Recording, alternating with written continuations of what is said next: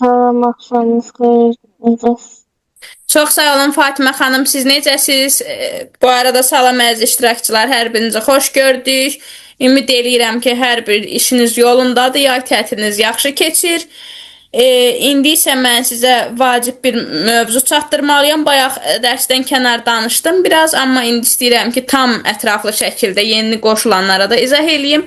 Fatimə xanım, siz də diqqətlə dinləyin. Bizim əslində bugün təlimimizin son posterdə bildirdiyim kimi son dərsi olmalı idi. Yəni sistemlə, proqramla son dərsimiz olmalı idi. Amma mən istədim ki, praktiki tərəflərində keçim, nəzərini keçdi. İndi isə praktiki dərsimizdir. Dərsimiz olacaq 4 dərs. Çünki biz praktikini əyani şəkildə edə bilmədiyimiz üçün. Aha, bir nəfər iştirakçı da qoşuldu. Xoş gəldiniz Ayda xanım. Bəli, biz praktiki yolu əyani şəkildə edə bilmədiyimiz üçün biz onu onlayn formada dərsimizin içində Zoom proqramı ilə etməliyik. Nələr olacaq o praktikanın içində? 2 dərs test işlənməsi, 160 testdən 60-ını işlədik, 100-ü qaldı. 50-50 onu işləyəcəyik o 2 gün. Qalan 2 gündə CV hazırlanmasını öyrədəcəm sizə, CV üstündə nümunələr izah eləyəcəm. Hər biriniz evdə tapşırıq olaraq, ev işi olaraq CV hazırlayacaqsınız. Ev yox, səliqəsiz olsun, dizaynı pis olsun, sadə dizaynı olsun, ağ lövhənin üstündə çəkilmiş olsun, eyb yox. Amma təki siz özünüz CV hazırlamış olun və yerlərini düzgün şəkildə ayırın.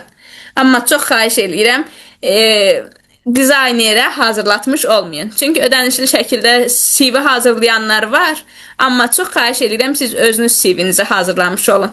Dizayndan narahat olmayın. Dizayn pis olsa da olar, səliqəsiz olsa da olar, kobud olsa da olar, amma xahiş edirəm öz əl işiniz olsun. Və ondan sonra əsas mən nümunəni öz CV-im üzərində göstərəcəm. Mən də HR kursuna gedəndə HR-lıq üzrə CV hazırlamışdıq. Mənim öz müəlliməmlə, öz təlimçimlə CV hazırlamışdıq. İndi onun üzərində mən nümunələr göstərəcəm sizə. Deməli, bir dərsimiz o olacaq. CV hazırlanması mən göstərəcəm və sizə ev tapşırığı olaraq verəcəm CV hazırlanmağı və müsahibə keçirəcək. Müsahibədə də ilk mən keçirəcəm. Yəni, ilk mən deyəcəm sizə, mən sorğu götürəcəm sizdən. Ondan sonra da artıq mən o sorğunu, o nümunəni bitirdikdən sonra siz artıq bir-birinizdən mən qarışıq, mən daxil hər kəs hər birinizdən nümunə götürəcəksiniz. Yəni ki, müsahibə keçirəcəksiniz. İşə qəbul prosesinin əsas mərhələləri nə idi? Birincisi, düzgün CV hazırlamaq, ikincisi də ki, düzgün müsahibədə iştirak etmək. Buyurun Suda xanım, nəsə deyəcəydiniz?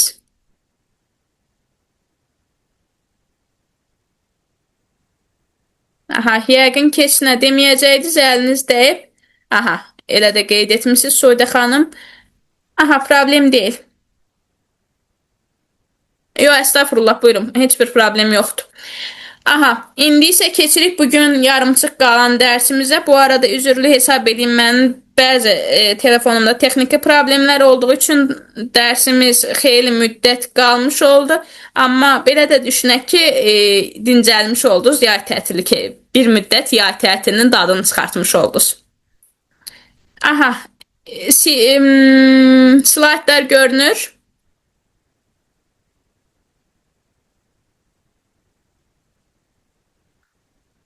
Aha. Yəqin ki, görünür. Bir dəqiqə, kimsə... Aha, Soyda xanım yazıb ki, bəli, görünür. Aha. Bir nəfər də iştirakçımız qoşulmaq üçün istek göndərib.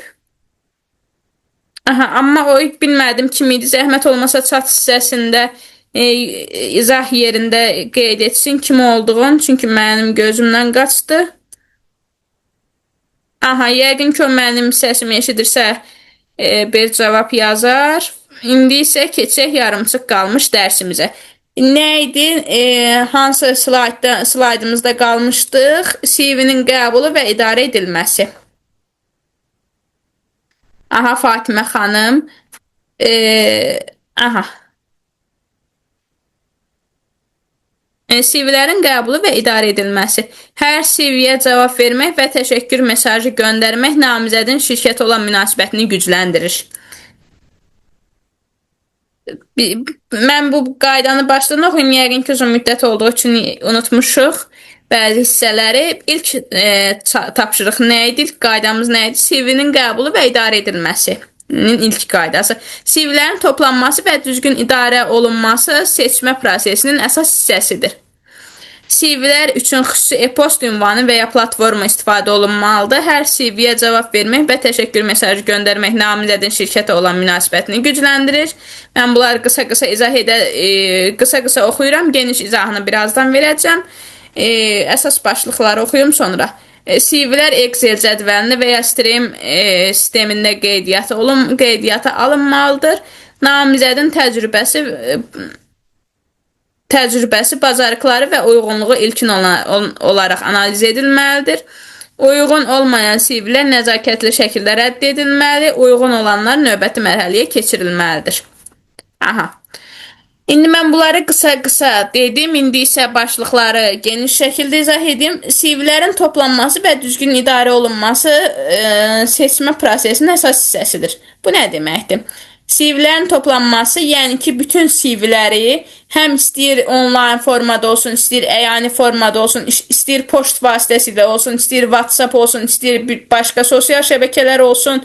Yəni bildiyiniz kimi CV-lər bir şirkətin bütün sosial mediasına göndərilə bilər və bütün sosial mediasına, istəyir poçta olsun, istəyir Instagram, TikTok, Face, LinkedIn, Twitter və bütün nə qədər, indi X-dir adı, səhv etmirəmsə Twitter'ın, bütün nə qədər sosial şəbəkələr varsa, ağlıma gələn, adını saydığım, saymadığım, nə qədər sosial şəbəkələr varsa, onların hər birinə göndərilə bilər və bu HR və yaxud da şirkət direktoru, müdiri o CV-ləri hər birin incələməyə məcburdur.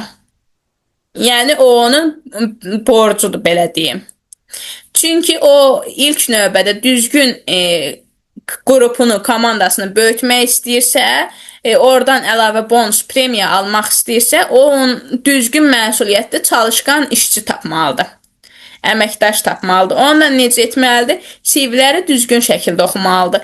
Bəzən elə olur, bəzi HR-lar və yaxud da bəzi müdirlər, şirkət rəhbərləri, şirkət sahibləri tez olsun deyə CV-nin başlanğıcını oxuyur. Məsəl üçün HR işləmək istəyir, amma 3-cü qrupu bitirib məsəl üçün də.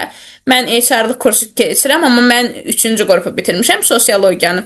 Baxır, görür ki, orada 3-cü ixtisas qrupu yazılıb, sosiologiya yazılıb, üstünü xəttləyir. Tutalım, özümə görə demirəm, sadəcə nümunə kimi çəkirəm. Məsəl üçün müəlliməliyi bitirib, amma əlavə kurs keçərək HR-lığa müraciət eləyib, bəzi bilikləri var, 1 illik 6 aylıq kursları keçib, təcrübə praktikalarında iştirak edib, könüllü praktikalarda olub və 1-2 ildə işləyib.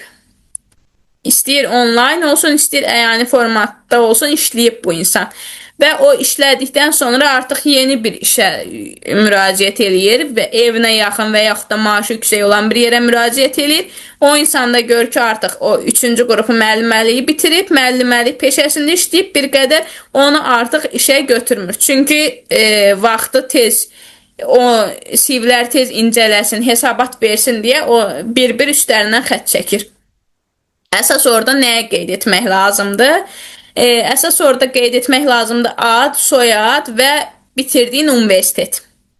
Başlanğıcda belə yaza bilərsiniz. Və yaxud da daha ilk diqqəti saxlamaqdan ötürü, necə ki, sosial mediada belə bir qayda var, SMM-likdə belə qayda var, diqqət çəkən kancalar tapmaq. Yəni, indi onu İlk 8 saniyə qaydası var, qısacası belə deyim. Yəqin ki, bilənləriniz var. İlk 8 saniyə kuralı. Orada əgər o həmin izləyicini, iştirakçını saxlaya bilsəniz, o artıq davamını izləyəcək. Yəni, diqqətini çəkə bilsəniz, davamını izləyəcək. Bu CV-də belə bir şeydir. İlk o 8 saniyə diqqətini çəkə bilsə, başlıqdan asılıdır. İlk 8 saniyə o həmin incələyən insanın diqqətini çəksə, davamını incələyəcək. Yox, əgər əvvəl diqqətini çəkməsə, o artıq incələməyəcək. Davamı ilə məşğul olmayacaq.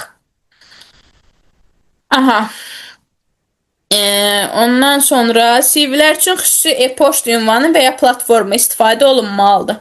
İndi xüsusi e-poçt deyəndə saytın bir dənə poçtu olur, Gmail olur. Orada bir tək birinə aid olmalıdır, bir HR aid olmalıdır və yaxud da o hansı HR məşğul olacaqsa o HR aid olmalıdır və o gələn CV-lərə o poçt ünvanından baxmalıdır. Amma ki o poçtlar qarışdırılmamalıdır bir-birinə. Məsəl üçün sertifikat göndərilən poçtlar ayrı, Gmaillər ayrı olmalıdır. Hesabat alınan verilən poçtlar ayrı olmalıdır. Bəzi iş məktubları, iş yazışmaları olan poçta ayrı olmalıdır. E-poçt deyəndə yəni ki Gmail deyilir, əsasən Gmaildir. İndi siz nədən istifadə edirsə, Mail.ru-dur, Ristru-dur, sonra e-maildir və yaxud da o birilərin adı yadımdan çıxdı. Mən onlardan istifadə etmirəm deyə biləniniz varsa xahiş edirəm bu izah bölməsində qeyd etsin. Amma əsasən Gmaildən istifadə olunur. Mail.ru Rusiyadandır. Gmail İngiltərənindir. Bir də deyəsən Org var idi. Dəqiq bilmirəm. Yəni o kimi poçtlar o poçtlar Mail.ru-nu dedim Rusiyanın, o poçtlar Gmail Amerikanındır, yəni İngiltərə, Amerika o hissələrindir. Sonra e-mail hər birinə deyirlər. E-poçt yəni elektron poçt qısaltması ilə belə deyirlər. Məsələn, e-sosial.gov.az da elektron sosial.gov.az deməkdir. Bilməyənlər üçün onu nəzərlərinə çatdırım. Aha, o ünvan yaradılmalıdır və platform istifadə olunmalıdır. Məsəl üçün, o yalnız o sayt açılıb, o Instagramda, o TikTokda, o WhatsApp nömrəsində, o poçt ünvanından istifadə olunmalıdır və yaxud da ayrıca xüsusi bir telefon olmalıdır onun üçün. Telefon, kompüter, tablet, yəni planşet ayrıca istifadə olunmalıdır onlar üçün. Notebook, netbook, indi hər kimin gücü hansı bir cihaza gücü çatarsa ondan almalıdır. Onun üçün xüsusi poçt yaradılmalıdır və platform istifadə olunmalıdır ki daha yazışmalar bir-birinə qarışmasın. Aha. Ondan sonra hər CV-yə cavab vermək və təşəkkür mesajı göndərmək namizədin şirkətə olan münasibətini gücləndirir. Yəni ki, CV göndərən zaman bəzi HR-lar var, CV-yə heç bir yanıt, yəni ki, qarşılıq vermir. Ya göndərsiz, qalır orada, heç baxmır, dəfələrlə yazırsınız, baxmır və yaxud da baxır, görüldü, düşür, amma cavab vermir və belə bir şeydə diqqətinizə çatdırım. Gmaildə, yəni ki, e-poçtda, elektron poçtda oxunduğu bildirilir. Orada mesaj düşür ki, görüldü. Altında qısa balaca hərflərlə yazılır ki, oxundu, işarətləndi, göründü, görüntüləndi. İndi kimin telefonu nədirsə. İngiliscə olanlarda yazılır view, yəni ki, görmək, görüntüləmək. Yəni ki, siz düşünə bilərsiniz ki, yəqin çox işi var, görməyib, xeyr. Bir çox HR görür. Sadəcə yazmır və yaxud da deyir, onsuz da mən bunu işə almayacam, niyə cavab yazıram kimi deyib, vaxtımı niyə itirirəm deyən HR-lar da var. Hamısı yox, amma bir çoxuna aid etmək olar. Məsəl üçün, ona belə cavab yazmaq üçün olar ki, çox sağ olun, təşəkkür edirik bizə müraciət etdiyiniz üçün. Biz sizin CV-nizi dəyərləndirəcəyik və qısa zaman ərzində sizə geri dönüş edəcəyik. Belə yazmaq olar. Və yaxud da müraciətiniz üçün təşəkkür edirik. Yaxın müddətdə sizinlə əlaqə saxlanılacaq. Pozitiv və negativ, olumlu və olumsuz bütün formada əlaqə saxlanılacaq. İndi hər birinizin təxəyyülünə uyğun mesaj yaza bilərsiniz. Yəni, təxəyyülünə uyğun deyərkən sizə necə cavab verilməyini istəyirsinizsə, sizlə hansı tonda, hansı formada danışılmağını istəyirsinizsə, o eynən o formatda, o tipdə yazı yazıb mesaj yaza bilərsiniz həmin insana, sizə müraciət edən şəxsə. Təşəkkür mesajını dedim, onun içindədir. CV-lər Excel cədvəlində və ya sistemində qeydiyyata alınmalıdır. O daha çox, yəni necə deyim, O biraz qarışıq bir prosesdir. Onu daha çox kompüterlə arası yaxşı olanlar bilir. Yəni ki, kompüter kursuna gedənlər Excel-i, Stream-i yaxşı bilir. Mən o barədə bir məlumat verməyim. Excel-də bir dəqiqə məndə Excel olmalıdır. Qoy görüm. Buradadsa. Ekran kaydında indi nə görünür? Yəni nəylər görünür ekranda bilmirsiniz? Excel məndə olmalıydı. Keçən dəfə yükləmişdim bir dəqiqə. Ekran kaydında bu CV'ləri haqqında məlumat görünür hal-hazırda. Aha, o görünür. Bəli, hal-hazırda görünür. Excel açıldı indi.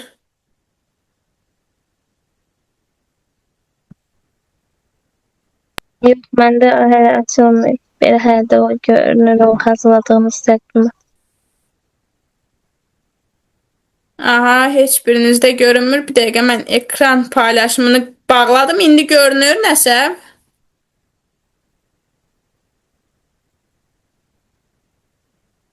İndi sadəcə siz görünürsünüz, məndə o birlərini də bilmirəm. Sadəcə mən görünürəm də. Bəli, aşağıda yoruma yazanlar da var. Sadəcə mən görünürəm. Onda belə edək də. Bir dəqiqə ekran kaydını yenidən aktivləşdirim. Aha, indi nə görünür?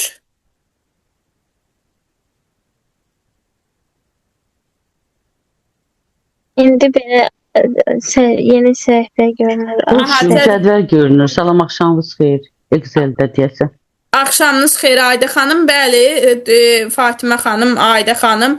Bəli, Sudə xanım Excel-dir. Bəli, düzəldi. Aha, çox gözəl. Bu Excel-dir. Yəni belə izah eləyim. Burada sadəcə biz işçi adları, soy adları, işçi saatı, işçi günlərinə uyğun planlamışıq. Ona görə belə balacadır. İndi mən bunu böyütdüm. Məsəl üçün burada bir yazılıb A, B, C, D yazmışıq. Məsəl üçün burada müraciət eləyən tutaq ki, adınızla yazıram qısa-qısa, daha üzrlü hesab edin, soyadlarınızı yazmıram. Fatimə yazdım. Müraciət eləyən Fatimə və yaxud da soyadı ilə yazırsınız. Aşağı düşüb. Aha, aşağı düşdünüz. Burada davamına yazdıqda artıq o özü davam... Ay, silindi bir dəqiqə. Fatimə. Aha. Ondan sonra davamını yazırsınız. Tutaq ki, soyadını yazırsınız. Qısa yazmaq istəyirsiniz. Bu, məsəl üçün deyirəm. Ondan sonra aşağı yendik.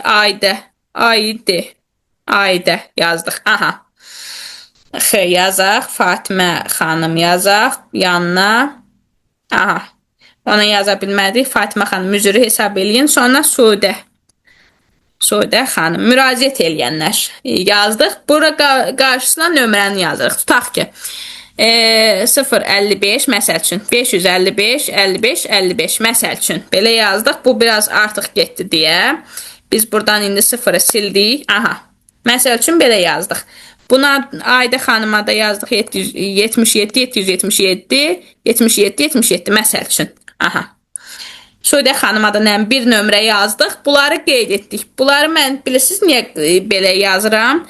50 505 50 50. Aha.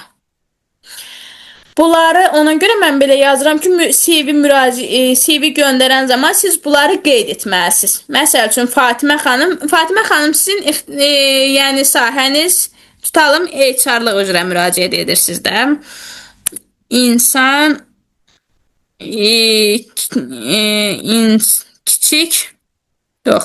İnsan resursları üzrə kiçik mütəxəssis. Üzrə kiçik mütəxəssis məsəl üçün. Kiçik kimi yazıram. Elə yəqin ki, başa düşəcəksiniz. Aha. İnsan resursları üzrə kimi. Siz də Aydə xanım müəllimə səhv etmirəmsə elə. Aydə xanım, sizin ixtisasınız... Xeyr, müəllimə deyirəm, mən profilimə göstərir, həkim kosmetoloqam, psixoloqam. Aha, o üzrü hesab eləyin Aydə xanım, qarışdırdım, psixoloq. Aha. Siz də Soyda xanım, sizin də ixtisasınız nə idi?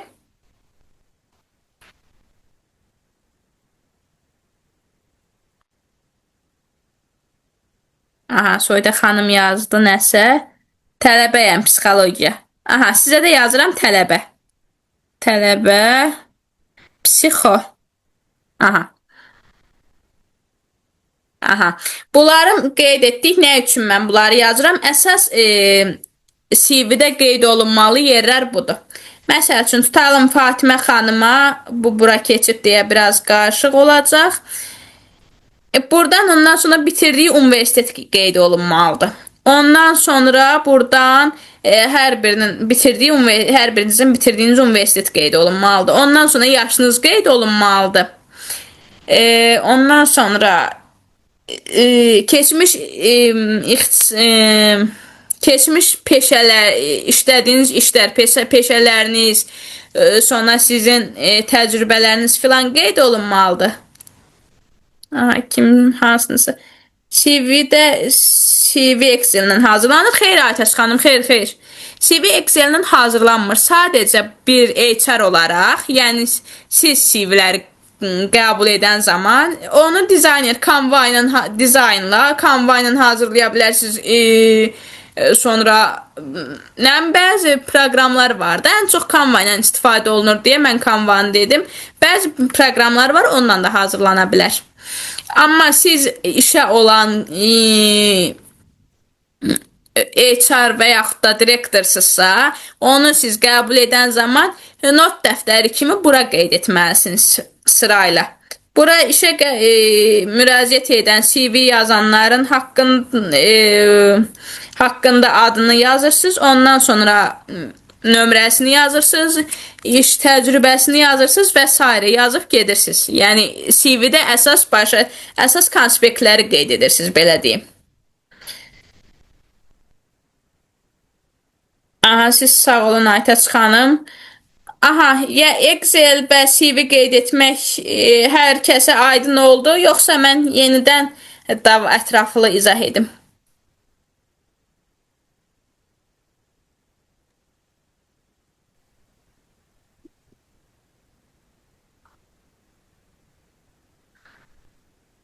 Aha, səs çıxmadığına görə yəqin ki, hər kəsə aydın oldu. Excel-də Mən maraqlı idi, üzrü sayın bir sual verim, birdən kəsilər ara. Bəli. Gələn dərsiniz müsahibə olacaq. Gələn 2 dərs xeyr, test işləniləcək. Gələn 2 dərs 100 testimiz qalıb. 160 testdən 50 test işləmiş, 60 test işləmişik üzrə hesab edin. 100 testimiz qalıb. 100 testi də 50-50 böləcəm. 45 dəqiqə boyunca, Zoom təlim müddəti boyunca biz o testləri işləyəcəyik. Onu bitirdikdən sonra artıq o ikinci 50-lik test işləyəndən sonra mən sizdən soruşacağam ki, ev tapşırıq olaraq sizə CV verəcəm. Yəni CV-nin hazırlanması. Siz istədiyiniz yolla hazırlaya bilərsiniz, amma çox xahiş edirəm özünüz hazırlayın, dizaynerə müraciət eləməyin.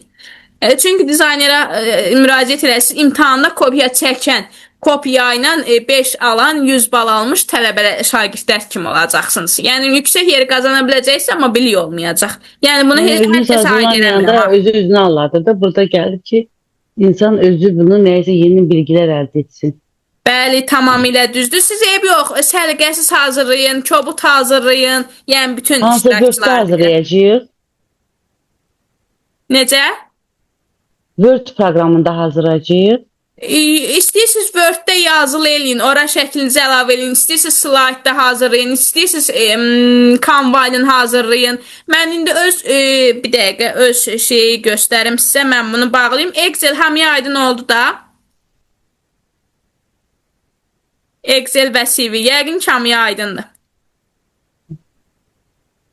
Asandır, orada adlar yazılır cədvəldə. Excel-ə girəndə cədvəli qursan, adlar yazılır, əlaqə nömrəsi, ixtisasdır, qaldığı təhsil haqqında məlumatdır. Aha, bəli. Neçə punkt gedir? 5. Fərqi yoxdur. Neçəsini istəyirsiniz yarada bilərsiniz. Z-ə qədər, A-dan Z-ə qədər yarada bilərsiniz. Yəni ki, o sizin özünüzdən asılıdır. Neçə nəfər müraciət eləyibsə və ixtisas haqqında məlumat nə qədər uzundursa, o qədər yarada bilərsiniz. Məsəl üçün, mən Özümdən götürürəm də. Adım Nuray Rəhimlidir. 24 yaşım var. Ora qeyd etməlisiz. Nömrəmdə tutalım ki 77 777 77 77 tutalım. Belə bir uydurma nömrə deyək, nümunə kimi. Ondan sonra mən Türkiyədə Atatürk Universitetini bitirmişəm, sosiologiyasını bitirmişəm. Özüm sosiologiyanı bitirsəm də psixologiya sahəsində fəaliyyət göstərmişəm, könüllü çalışmışam WhatsApp kurslarında və yaxud da digər əyani formatlarda çalışmışam. İndi mən sizə başlıqlar olaraq deyirəm də, orada qeyd etməli olduğunuz başlıqlar. Ondan sonra bədən dili təlimi keçmişəm, HR-lıq üzrə təlim keçirəm indi. Yəni görürsüz, ixtisaslar fərqlidir. Sosiologiyanı bitirsəm də psixologiyadan da təlim keçmişəm, HR-lıqdan da təlim keçirəm, süni intellektdən də təlim keçəcəyik inşallah. MMC ilə məsləhətləşirəm o barədə. Sonra sosial mediadan da təlim keçəcəyik. Görürsüz, ixtisaslar tamamilə bir-birindən fərqlidir. Sosiologiyanı bitirmişəm, onun içinə aid daxı, o sosiologiyanın içinə aiddir. Amma fərqli-fərqli ixtisaslarda faktiki mən təcrübə əldə etmişəm. Praktikam olub. İndi ona görə siz onu o həmin insanın neçə praktika, neçə təcrübəsi olubsa, siz ona aid punktlar yaratmalısınız. Yəni bəlkə 2 ixtisasda işləyib, sosiologiyanı bitirib, indi də HR-lığa gedir, 2 dənə yaradacaqsınız. Amma yox, çoxunda işləyibsə, neçə dənə varsa orada ona uyğun yaratmalısınız. Aha, indi mən bircə saniyə sizə CV-ni açım. Üzrü səhmə çıxmaq məcburiyyətindəyəm. Üzrü səhəsiz.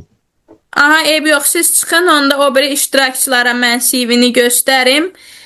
Sizin vaxtınız... Zapis olunmur təlim? Olunur. Ekran kaydı olunur. Götürürəm mən ekran kaydını. İstəsiniz qrupda da paylaşa bilərəm, ya da 1-2 dəqiqəniz varsa gözləyin, mən CV-ni göstərim, sonra çıxın.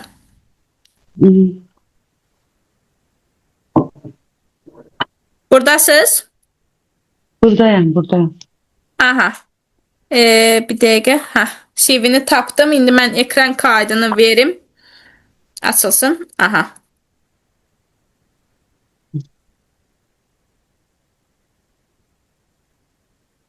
Aha. CV görünür ekranda. Görsən, açılır. Aha. İndi mən bunu burada bəzi özəl hissələr var. Onları indi mən böyütmürəm. Məsəl üçün Bunu screenshot eləsək olar. Aha, bəli, buyurun.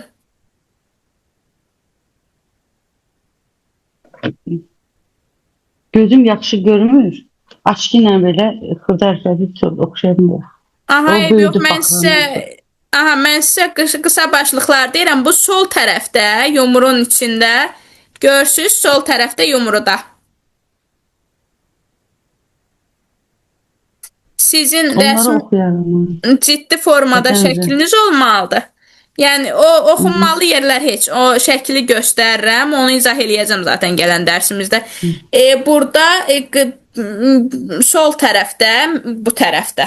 Bu tərəfdə yumruğun içində siz öz şəklinizi qoymalısınız. Ciddi şəkil olmalıdır. Kostyum və yaxud da boydan şəkliniz olmalıdır. Mənim bu vinetka çəkilişimdən idi deyə mən bunu qoymuşam. Ora ciddi şəkil idi deyə. Ondan sonra burada haqqımızda yer var. Özünüz haqqınızda məlumat yazmalısınız. Mən keçən hazırlamışam deyə belə yazmışam. Haqqımda Nuray Rəhimli 23 yaş filan, insanlarla ünsiyyət filan filan. Əlaqə vasitəsi gəlir. Burada nömrəniz, gmailiniz, adresiniz, hobbiləriniz nədir? Rəsm çəkmək, musiqi dinləmək filan, nəyləri sevirsinizsə, şərt deyil bu qədər uzun yazmağınız. Yəni nələri etmisinizsə, yəni nələrdən xoşunuz gəlirsə, onları yaza bilərsiniz. Bəlkə sizdə tamam ayrıdır. Məsəl üçün velosiped sürməkdir, kanki sürməkdir. Tutalım sizdə hobbilər olar ola bilər.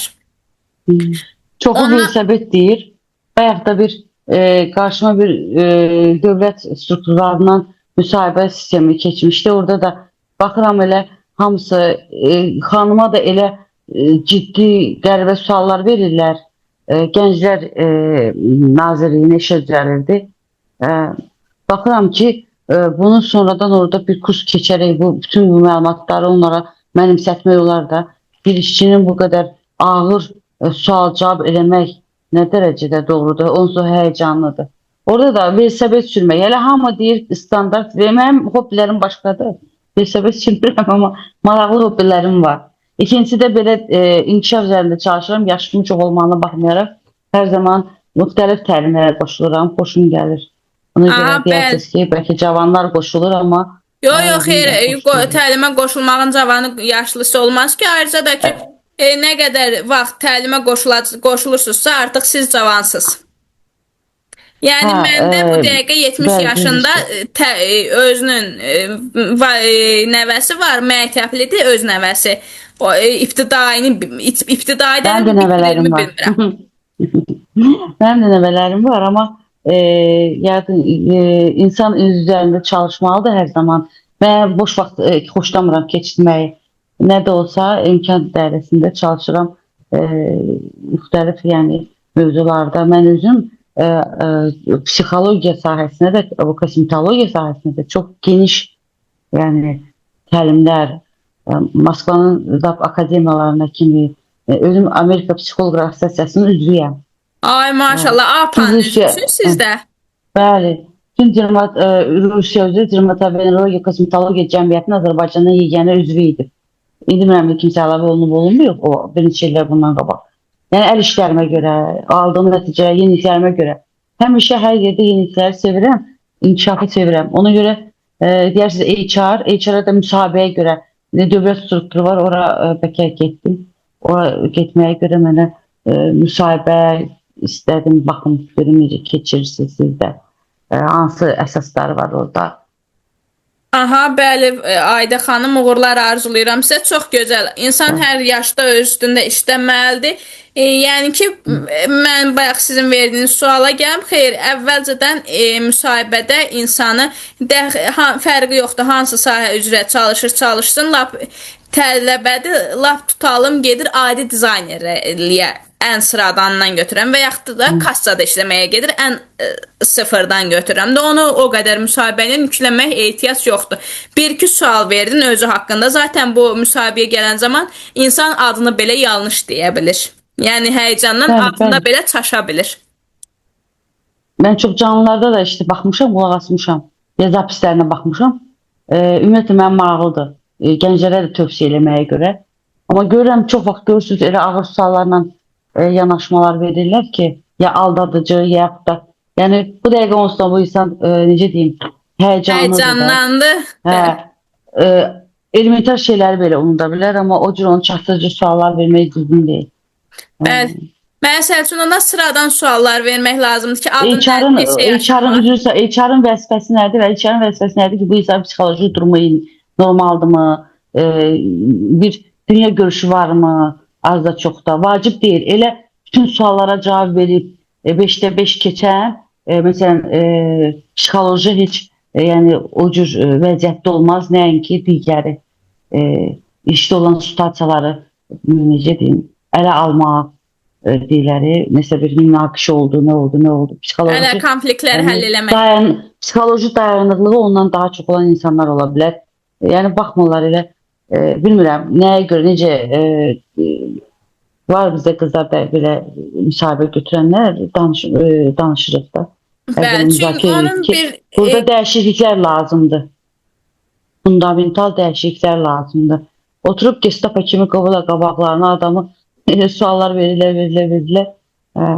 Bəli, mən də özüm çox şahid olmuşam o vəziyyətin. İstəyər özüm müraciət eləyəndə, istəyər bizim HR-lıq kursunda, psixologiya kursunda nümunə, yəni praktikada olan zaman, bəli, mən də çox görmüşəm. Onu daha çox o işçini işə almaq istəməyəndə, tez vaxt bitsin, orada sadəcə CV-lər yığılsın. Orada mən məsəl üçün psixologiyadan praktikaya gedəndə, orada bağça təcrübəçi, tərbiyəçi kimi işləməyə gedən bir xanım var idi. Orada da onu götürən vardı. Soruşdum ki, niyə belə bezdirici suallar verdiniz, maaşı az dediniz, 300 manat, səhər saat 9-dan axşam saat 20-yə qədər. Səhər 9-dan axşam 20-yə qədər. Mən dedim ki, niyə belə? Dedi ki, onsuz da onu almayacam, sadəcə CV-lər yığılsın, qalsın orada. Yəni ki, elə deyən insanlar da var. Göstəriş üçün. Bəli. Sadəcə desin ki, bizim filan müəssisəyə bu qədər müraciət olundu. Statistikanı doldursun deyə. Bəli, bəli. Çox sağ olun, Yəni- təşəkkür edirəm. Siz sağ Söhbətimizi olun. davam etdirərik.